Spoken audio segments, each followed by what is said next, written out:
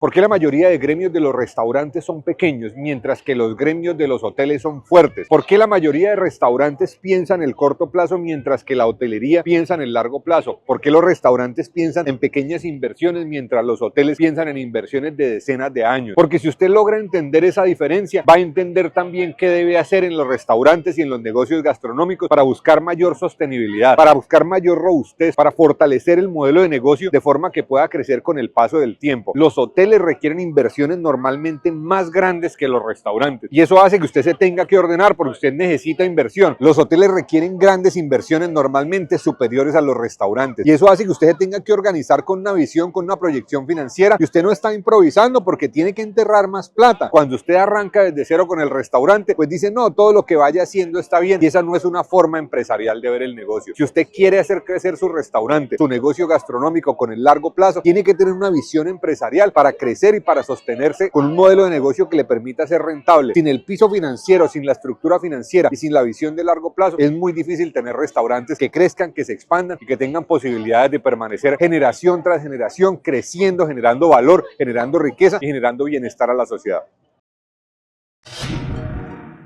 ¿Cómo destruir su restaurante en un solo paso? Lo más difícil para los restaurantes es cumplir con la propuesta de valor, cumplir con lo prometido. Le prometen y le prometen y le prometen con marketing al cliente que son los mejores en alimentos, que el servicio es espectacular, que las instalaciones físicas y prometen y prometen y prometen. Y cuando el cliente llega le dice, a ver, bebé, ¿qué fue lo que usted me prometió? Y por supuesto no son capaces de cumplir. El incumplimiento de la propuesta de valor es la principal razón por la cual los restaurantes a la larga se quiebran, porque si usted es inconsistente, el cliente se da cuenta y el cliente no le recompra, y si usted no tiene recompra en el restaurante, tiene que depender completamente de marketing y el CAC, el costo de adquisición de clientes, se va disparando. Claro, después viene la estructura financiera, claro, después vienen todos los elementos de la parte interna del back of the house, pero de frente al cliente, si usted no es capaz de cumplirle consistentemente con la propuesta de valor que le prometió, el cliente no lo va a premiar con el máximo orgullo, el máximo premio que es recomprarle, y el negocio naturalmente va a estar quemando clientes y se va a terminar acabando.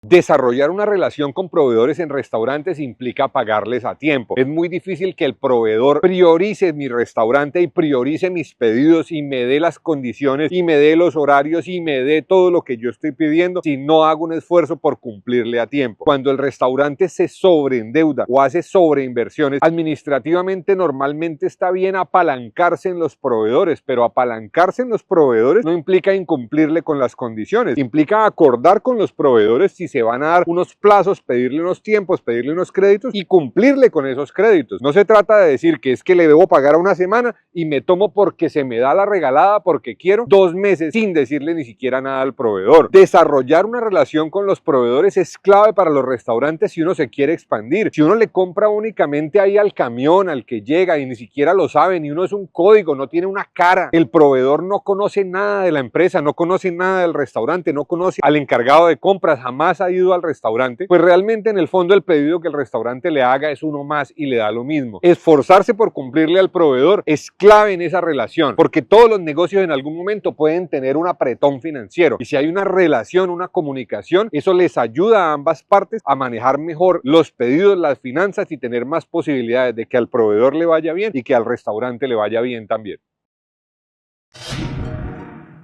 Tráigame esa cosita de allá, lléveme esa cosita para allá. Si usted no aprende a seguir instrucciones en el restaurante, no es capaz de dar instrucciones. Cuando uno ve jefes, administradores, gerentes que no tienen capacidad para dar instrucciones, normalmente es porque no han sido buenos segundos, porque no han estado abajo comiéndose la operación y no aprendieron, no desarrollaron la capacidad de seguir instrucciones. Si en los entrenamientos del equipo de restaurantes no incluimos el entrenamiento para seguir instrucciones con cosas sencillas, desde juegos inclusive, desde doblar papeles, desde dibujar cosas, no somos capaces de crear sistemas, porque crear sistemas estandarizados replicables implica ser capaces de dar instrucciones y por ende de seguir instrucciones. Crear modelos de negocios sostenibles para restaurantes no requieren que uno sepa cocinar, requiere que uno sepa estandarizar, que uno sepa documentar y que uno sepa replicar. Y esas son capacidades que son completamente diferentes a saber cocinar, a saber atender clientes, a saber gestionar solamente lo que es la parte de cocina de un restaurante. El restaurante es mucho más que una cocina.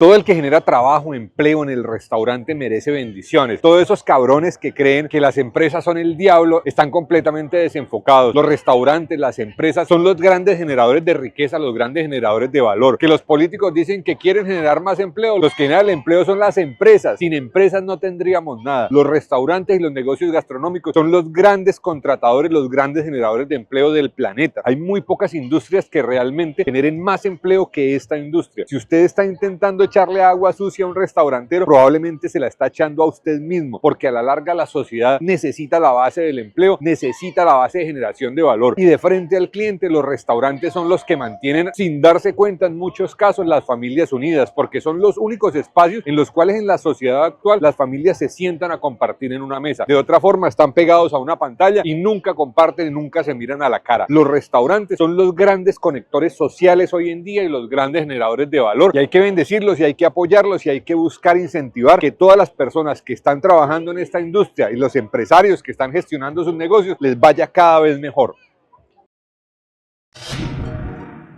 Si el cliente del restaurante hace un daño accidentalmente, que se parte la silla, que se parte una copa, que se parte un plato, que el niño dejó caer al piso un salero y se le partió, ¿se le debe cobrar al cliente?